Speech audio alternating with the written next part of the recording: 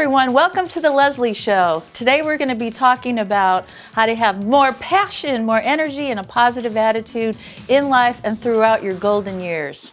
Stay tuned.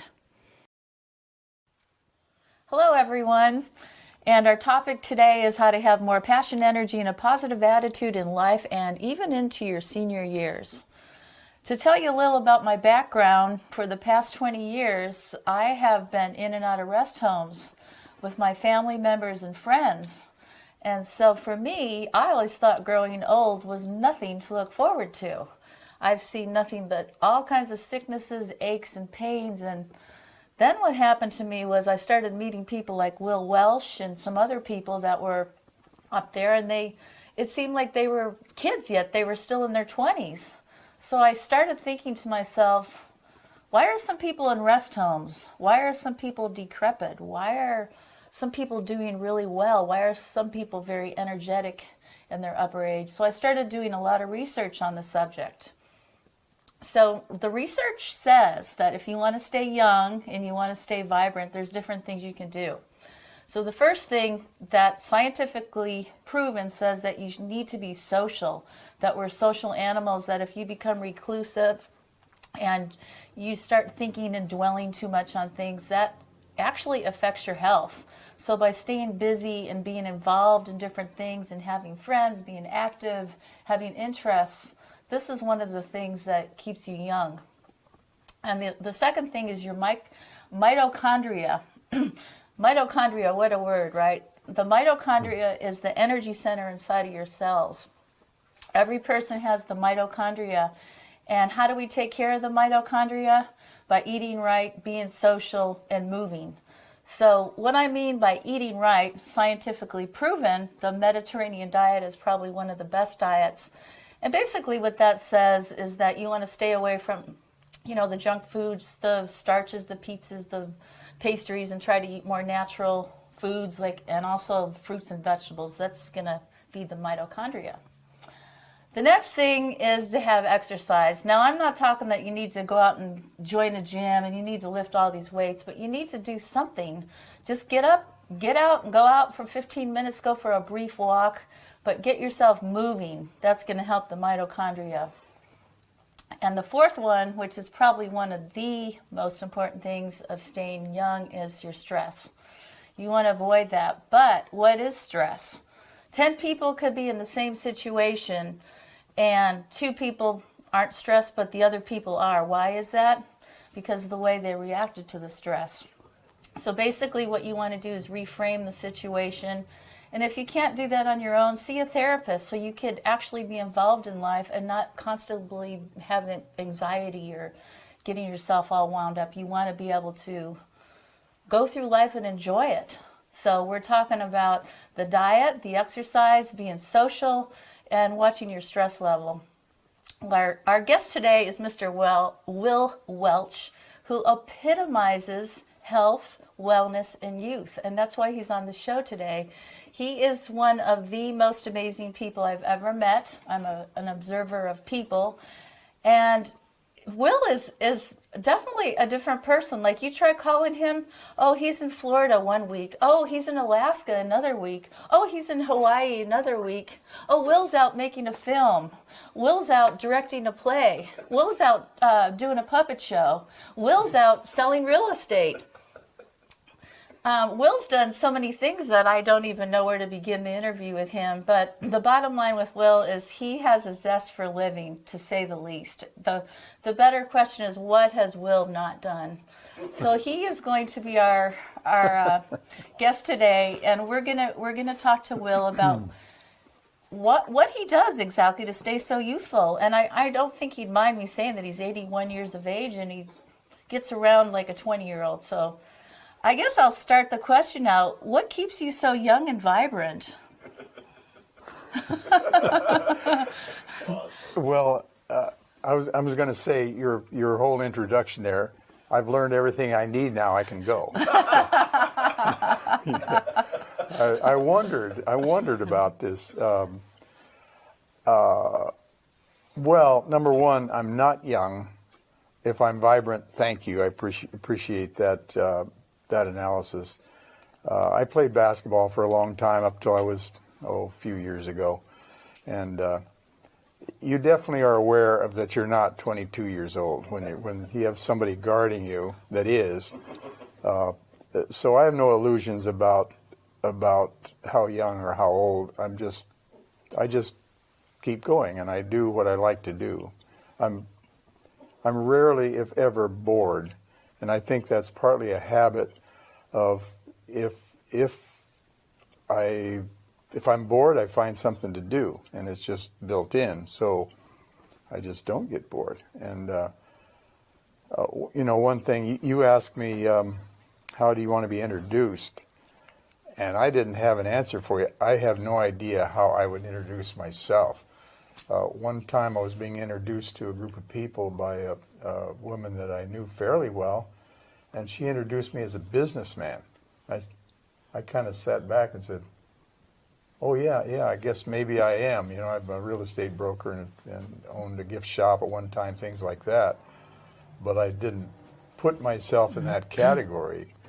Same way with a friend. I used to play basketball, and he was a teacher of PE and very, very into sports and playing a lot. And we were talking. He referred to us as, well, we athletes. I said, athlete? Am I an athlete?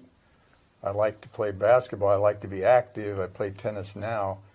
But I hadn't really attached that label to myself. And I credit my dad for that in a way. He didn't lay on expectations as I grew up that I had to exceed in sports or had to go this path or fulfill his dreams.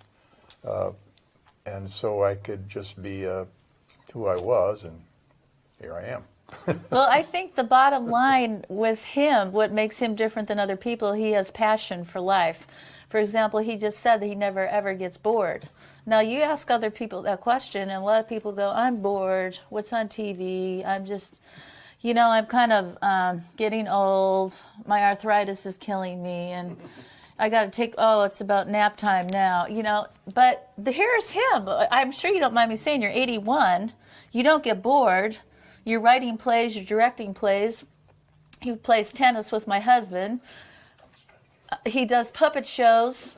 He's selling real estate. He doesn't get bored. So here's the key right here. Why would you want to be bored in life when there's so many things to do? Right? Yeah, if you're bored, find something to do. Yeah. Well, and the other thing I didn't say about Wil, he's been in a lot of very famous movies. Let's tell the people about some of these movies you've been in. Okay, well, let's see. The best known would be Raiders of the Lost Ark. The first 15 minutes that's supposed to be trekking into Peru.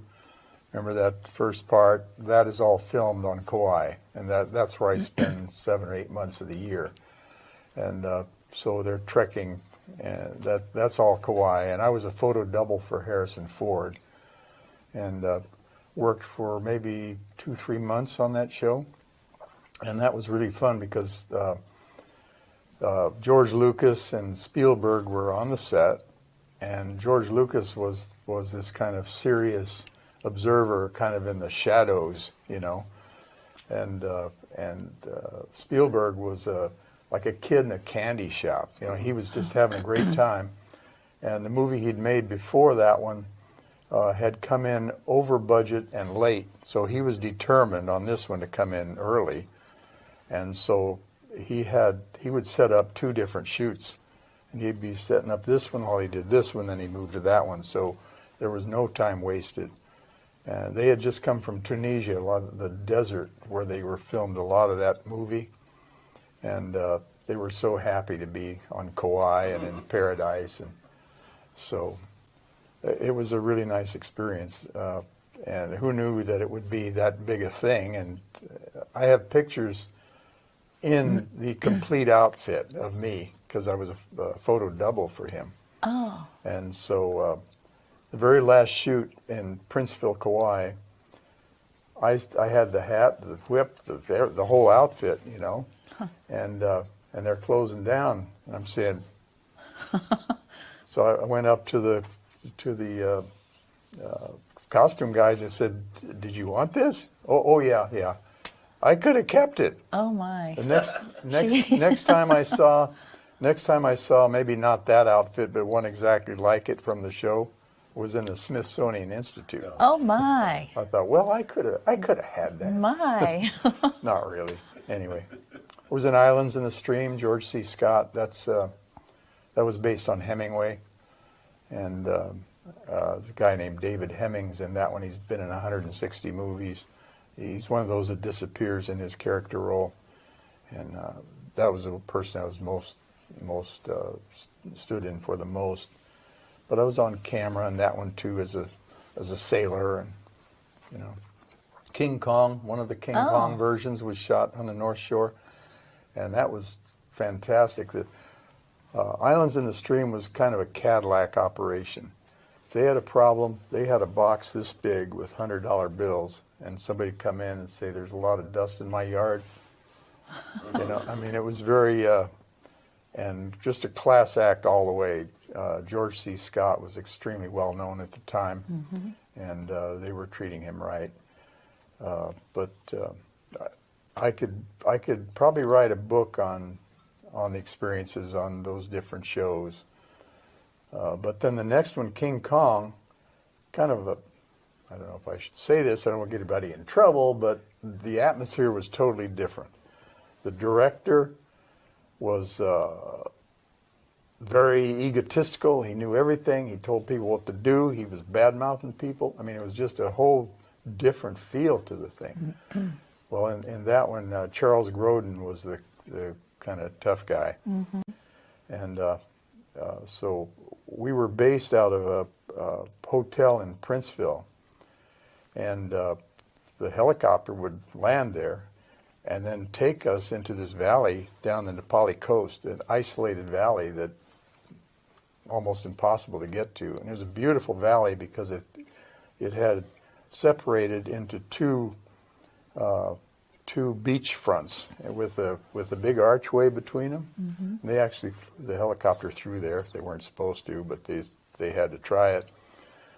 So I was a stand-in for Charles Grodin, and he had some kind of an issue with the director, called in sick, so they put sideburns on me. I actually had a little hair at the time, and put me in his outfit. And when I came out, the rest of the cast were sitting about 20 steps up. They said, "Oh, hi, Chuck, you feeling better?" So I actually looked like him. Oh, my goodness. And then I was there, and somebody came and says, "Chuck wants to talk to you." So I went out to the parking lot, and he just looked me over and said something. I didn't get the whole thing, but then I went back and worked. But I landed on that beach, and then I was him, walking like him. I'm this tall, so you wouldn't know it was me, but I know it was me, and I was wonderful. Oh my goodness. Anyway, a lot of movies like that. Thornbirds. Okay. Richard Chamberlain. I was a stand-in for him. He lives in Hawaii, and well known back then. And what was her name? Rachel Ward. She fell in love with I can't think of his name, Australian actor that she later married, and there was no chemistry between Chamberlain and Rachel Ward. Oh, None really? whatsoever. So they would have a love scene. Oh. A love scene, and then immediately part. Immediately go their way. There was nothing there. Anyway, thought it was interesting because it was a very romantic scene on the beaches of Kauai, and supposed to be Australia or somewhere. Yeah. Well, with Wil, with all his experience with the movies and the different actors and actresses, he's really nice that he gives his time now to help beginning actors and actresses. He's one of the founders of the Orchid Community Theater, so he shares his experience with the people here in Orchid. So tell us, let's segue a little to the Orchid Community Theater, because I know you were one of the founders of that. And well, I don't take credit for being a founder, but my wife and I are both into acting and directing, plays mostly. And we had several meetings over a couple of years' time, I guess, with people interested in starting an Orchid Community Theater. Jo, my wife, is from Santa Maria and heavily involved in Santa Maria Civic Theater. And I'm a huge admirer of Meg Smith that you have interviewed. Yes. And she directed my wife, Jo, years ago in a lot of the productions back then. And they actually premiered my musical Sugar Oh Sugar in 2008, I believe it was, 8 or 9. And so, but there being on the north side, it just seemed like Orchid maybe could use a little one closer to home. Right, on and this side. Wil not only is an actor, but he's actually a writer, director, and producer too. So he actually writes plays, and then at the Orchid Community Theater, we put these plays on that Wil writes, and people don't realize all the work involved in that. To actually write it, get the people, you do little lessons while people are acting too, right? Yeah, they don't always appreciate that. But you would think that you would appreciate all the help you can get, because you don't want to I know everything. Because maybe somebody has a good idea. No, I had actors that did know everything. That did. Oh. Oh my goodness.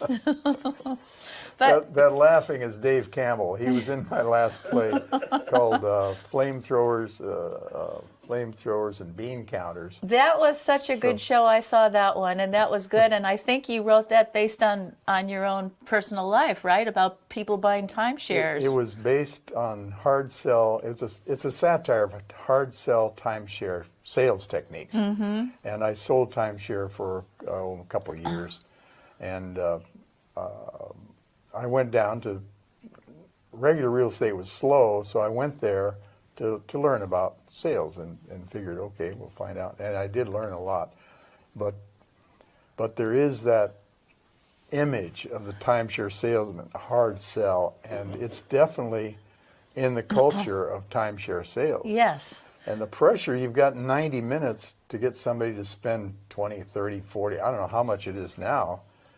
Yeah. Well, I saw the play. It was so funny, but I could totally relate, because I just got married, and my husband and I went to Hawaii, and we almost got divorced over the timeshare, because I said, we're getting the time. No, we're not getting the timeshare. Yes, we are getting the timeshare. And I mean, the pressure was unbelievable. And thank God my husband had the sense to say no, because later I realized we didn't need that timeshare. But the show is so funny. Thank you. I think my cast didn't know it was funny. And that was one reason I wanted to see it. And it's really instructive to have actors bring their art to what you write, because they have different interpretations of your lines. It's been about 3 years since I actually wrote it, so I had good distance on it and could see what they brought to it.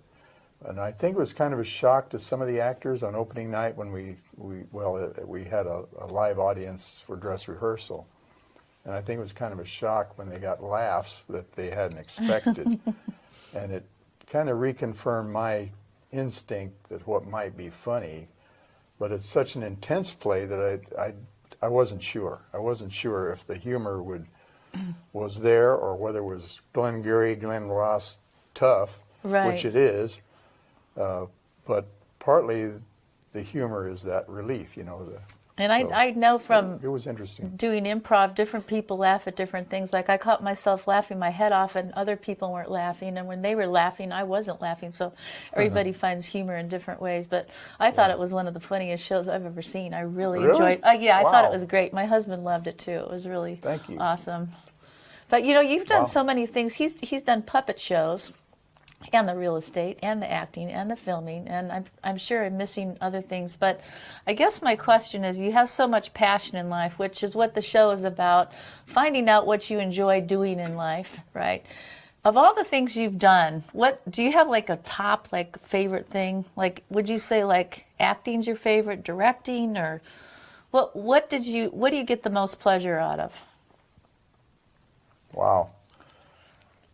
I think I really can't say. I really don't know.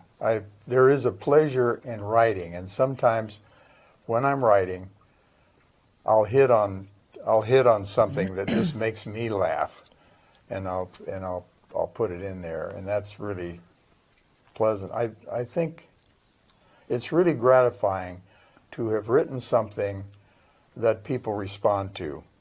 I wrote a play years ago, also called Timeshare, but that's before I had any experience in timeshare at all. And the idea of it is that these people have all bought the same week in a timeshare, so they all begin to show up. Here, they go in this bedroom, the next one, the next one. The end of the first act, there's 21 people on the stage.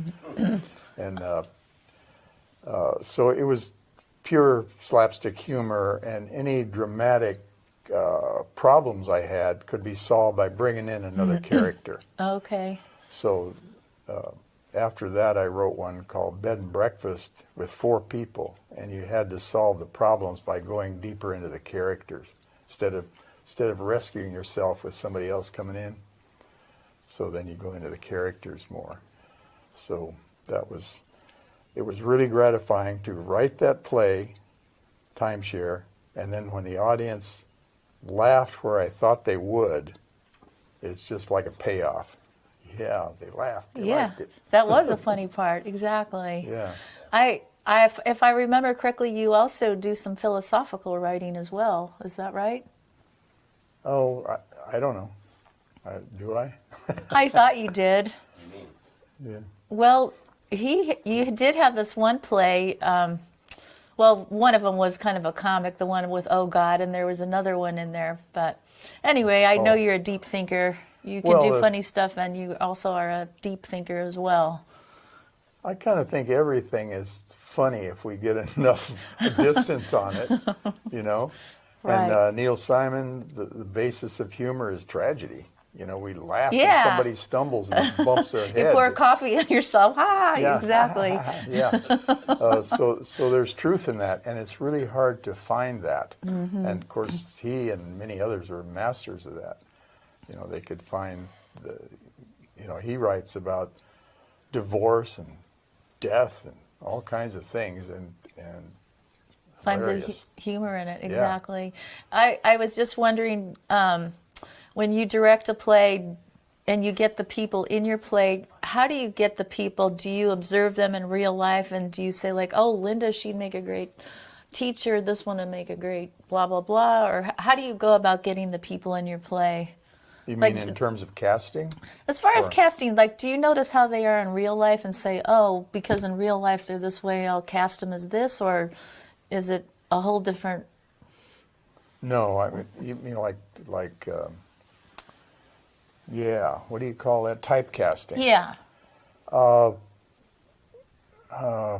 you don't do that consciously, but a lot of times there's something coming from a person that resonates with the character you're trying to fill. And I don't usually go in with a preconceived idea of someone fitting that role. I like to see them read in different ways, and then I don't have to hear them read all the roles for me to kind of, in my mind, put them in the different roles and cast them maybe in one they never read for. So I don't know exactly how you do it. You just try to fit the person with what you want to bring out, what you want to see. Well, the reason I ask is because our friend here, Dave Campbell, is going to be doing one, and he's like going like this. He's the guy laughing. He tells back me, there. I know I've got the perfect part for you. And I said, really, what is it? So it's One Flew Over the Cuckoo's Nest. You'd be a really good Nurse Ratched. So I thought, oh, interesting observation. Nurse Ratched, if you guys have seen the show. Boy, so I was just curious how people go about getting their characters. My wife Jo played that role once. Yeah. She did? Yeah, she was really good at it. I don't want to go too far into that analogy, but yeah, it's a wonderful role, you know. I did McMurphy. Yeah, in that show. Oh yeah. Yeah, that's a good one. I remember I did one with Dixie, and I played the part of a heroin addict. And I've known people that smoke pot before, but I've never known anybody that did heroin. So I started renting all these films of people that were heroin addicts, like Johnny Cash. And so basically a heroin addict, they just, not out, or it's a different thing. But I listened and listened, and I became this heroin addict, and people actually thought I really was a heroin addict. That's a major compliment. It was. They actually asked me if I was in recovery. So I was like, wow, I must have played that part good. And I also smoked a cigarette, and people were bumming smokes off of me. I'm like, I don't really smoke. I don't do heroin. I do cocaine, but no, I'm kidding. I'm teasing. I don't. No. Erase. Yeah, and the tattoos were fake, but they believe the tattoos were real. So getting back to our scientific research, did you know that your genes only play 20 to 30% of your genetics as to how you feel? So that means 80 to 70 to 80% are all in our hands. In our hands and our heads, I guess. Our hands and our heads, yes. But I still think it's mostly luck. And by that I mean you're lucky enough to have maybe parents. Like I had parents that there was no question that I was loved. I had never starved. I was encouraged to follow what I wanted to do, things like that. And there are an awful lot of people who aren't lucky in that way. So I know I have that. Reasonable genetics. And the other thing I'm thinking is you don't want to torpedo yourself. Like, if you smoke, most smokers know it's bad for them. And I've got friends now with stage 4 cancer of the lungs, and he's smoked all his life. And he's a wonderful athlete, So he's been active. And so there's that element of over drinking, too many drugs, blah, blah, blah. You don't want to torpedo yourself. I'm not one that believes you have to go too far, and control everything you eat or everything you do or say, but you kind of know what's good for you if you really think about it. Right, yeah. You don't want to self-sabotage yourself. Yeah. In other words, is what you're saying. Yeah. Now, for myself, I've had a good family life, but I've had plenty of people in my life that were very critical and insulting, I guess would be the word. And my Irish comes out of me, and I go, nope, that's not for me. I'm choosing this. So it's part of it is your tenacity in life to overcome your obstacles as well. Yeah, I'll second that. Yeah. But anyway, we're about ready to close the show, but I want to ask Wil, is there anything else you want to add before we close today about yourself? About myself? No, I don't need to add anything about myself. I guess just want to say to stay young. If you have a wife like mine, that helps you. You know Joe. Oh, yes. Her motto is, if it's not fun, don't do it. I like that. There's a lot to that. And it's hard to sometimes, obligations and guilt and whatnot, you do what you think you should instead of following what might be more productive or more fun. So she's good at that. I like that attitude because you could eat perfect and you could exercise perfectly, do everything perfectly, and you still drop dead because maybe you were miserable and you weren't really happy and you weren't being passionate about what you really enjoyed. So that speaks volumes in itself. So stay young and do things that bring you joy. There you go. All right. Well, thank you, Wil. It's been a pleasure having you on the Lezlie Show. Thank you, Lezlie. Appreciate it. Thank you. Aloha. Aloha. Thanks for joining us today on the Lezlie Show. And next week we're going to have a great show. We're going to be talking with Vicki Foreman, and we're going to learn some different yoga moves for some anxiety, depression, or just peace of mind. So stay tuned, and people, never let anyone take your mojo. Bye now.